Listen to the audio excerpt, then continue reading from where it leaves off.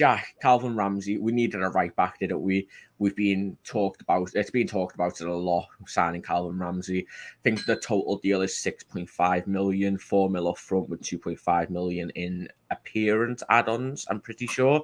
Aberdeen's transfer record is a good backup for us. It's a great deal for everyone, isn't it? Yeah, it is. I mean, I'm not going to sit here and claim to be the expert and the be-all, end-all of Scottish football. I just don't have that knowledge base in me. But I can recognize that I trust the Liverpool Transfer Committee. Their scouting has been impeccable. Him and Carvalho are two guys who are young. They're going to come in, and my belief is that they're not coming in with the expectation they'll demand playing time immediately. But there's no ruling out they could come in and get some game time, which is big because I've always made the argument that every player needs someone right behind them to push them. Robertson became much better with Tsimikas behind him, and Trent, as otherworldly as he is, as young as he is, where Ramsay could recognize that for a decade he may be playing second fiddle to Trent Alexander-Arnold here, he's going to have to displace him somehow, and it's going to have to be, at any point. So that's going to push Trent to be even better in that position. I'm interested what they do with Nico because I think a loan is not always an option. Selling him is an option. I know people hated him as a forward. He had that really nice goal in the behind closed doors friendly before the return to football after the break during the pandemic. So I think he's like an interesting X factor that comes out of this, where Ramsay is now the backup, but Nico could also still play a part and really offer some great depth.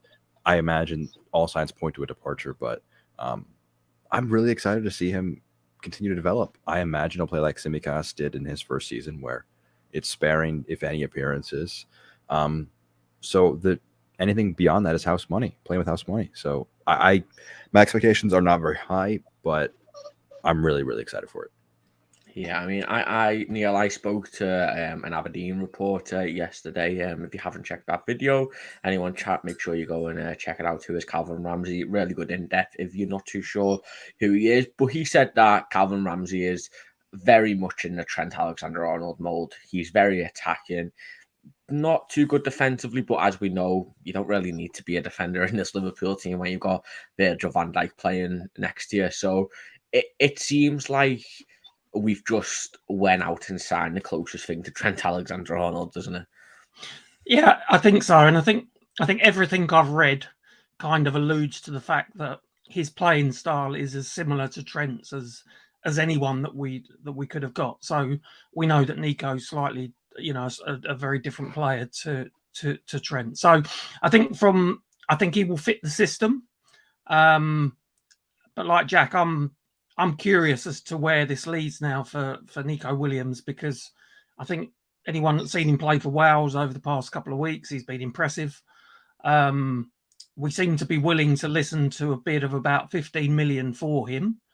And then signals are now starting to come out the club that we might consider sending him on loan. Now, I didn't know whether that was a ploy to get someone to make a decent bid for him, or whether we're thinking we might have a player here that we need to keep hold of. So if we do loan him out for another 12 months, we can sort of kick the can down the road and make the decision then. And then even further back, we've got Connor Bradley, who is a Northern Ireland international. He's done well for the under-23s. Again, he's good going forward. I think he looked good in the games that he's played. So it's a real interesting quandary that I think we've got. I think all the signals seem to suggest that Ramsay will be frustrating as the deputy to Trent. So I'm sure he'll be very good. I trust our recruitment department, but it's just what happens with the other two that I'm really interested in. Yeah, I think the fact that we've made such a big deal out of it on the Liverpool Twitter, and the fact that he's taken a first team squad number. We saw with Ben Doak, he didn't come in straight. He didn't even get announced by the club. I think he announced it himself on Twitter. So I think the fact he's taken 22, which is, a decent squad number. He's been talked about a lot by Klopp. He definitely comes straight in. And I do think that alludes to the at least sale or loan of Nico Williams. And there was also talks about Connor Bradley potentially going on loan to a championship side a few weeks ago. So I wouldn't be surprised if that happens. But Kev, we saw how good Kostas Tsimikas was for 10 million. He was pushing Andy Robertson the entire season. There was calls the whole time to, get Kostas Tsimikas playing when Robertson wasn't doing too well. For, let's say he reaches all his add-ons for 6.5 million for one of the highest rated Scotland under 21s. It's a great deal, isn't it? It's fantastic. It's mad as well, because I watched your video, and I have to say, anyone who hasn't, well worth a watch if you don't know anything about them. But it's surprising that, like, Aberdeen, that's their record fee outside the top two in Scotland. I didn't expect that to be like one of the highest to be achieved, to be honest. So from that point of view, it's a snip for me. And I can only allude to what the lads have said. Do you know what I mean? It's a great deal overall.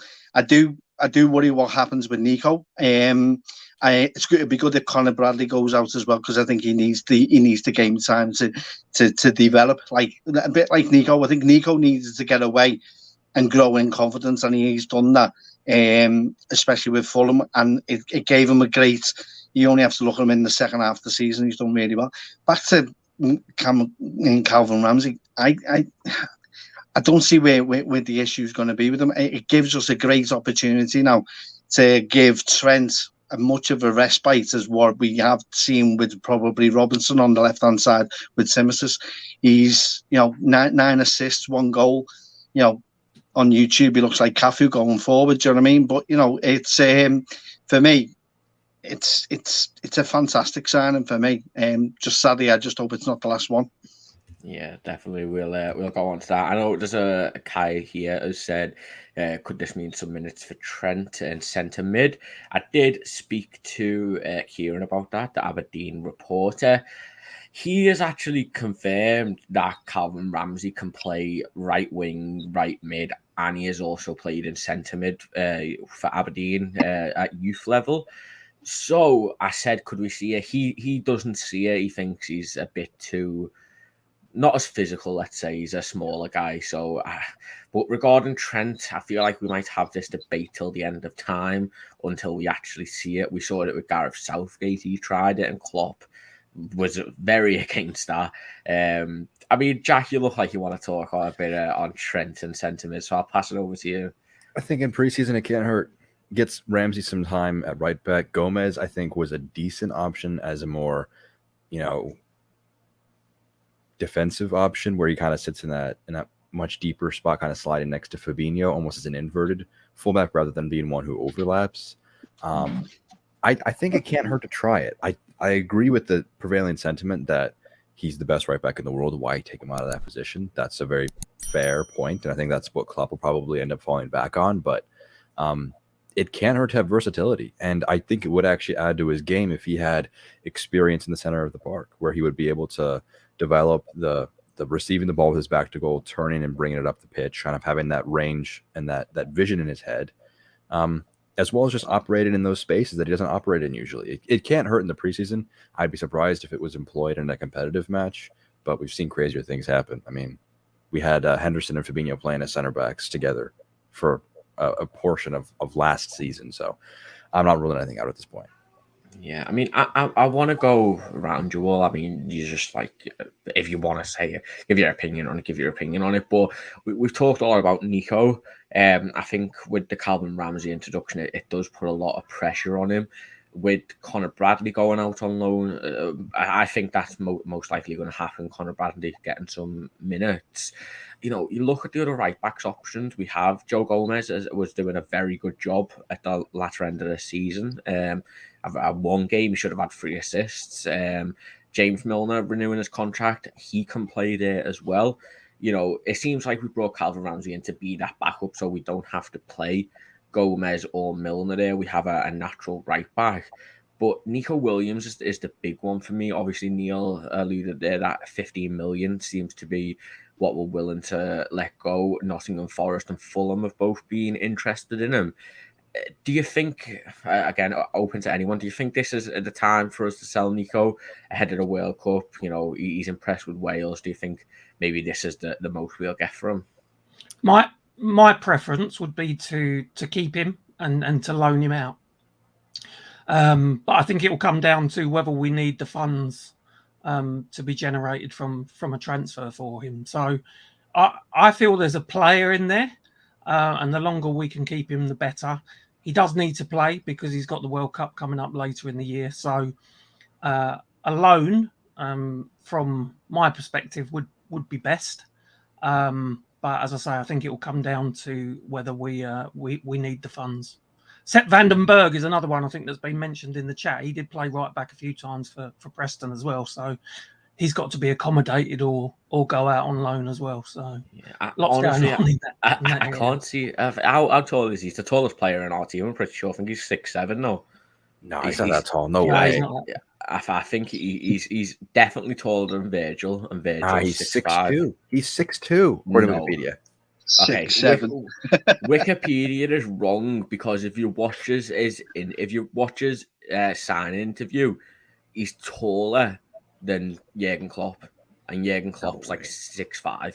All right, I have a picture right here from when they won the Club World Cup, and you have Van Dijk leaning over slightly, and he's still like right here. Van den Berg is. So 6'2", I think is very fair. But I feel like he might be Pitalock. I don't know. I'm pretty sure he's tall. Anyway. Maybe this is just well done by the media to just like have him on a step stool so he like seems like a giant. So when the teams are playing him, they're like, "Wow, this is a massive guy." Oh, wait, maybe he's not that big actually. I totally agree with what Neil said though about Nico. Like you have the World Cup, and we see how many times do we see it where guys in this big international stage either explode their rep or just put themselves up to 3-4 times the price they would be. He's under contract till 2025, so we're under no obligation or pressure that even if we kept him for another year, is he really going to go down from 15 million pounds? Is this really going to be his apex and his value? I think he's a good World Cup and he's a 30-40 million pound player, or he's a genuine option for Liverpool. So I think a loan just makes sense in terms of keeping that option available. Yeah, I agree with the lads. There's no reason for us to sell. There's no option for us to sell, I don't think. It'll come down to Nico, what he wants, how much game time he may be given at the club. So that's going to have to come into play, and then it's only a loan for me. I don't see the option of selling him now. I think selling him next season may be a more viable option and gives us more money going forward, based on, as what Jack has just said, alluded to, with a good World Cup behind him.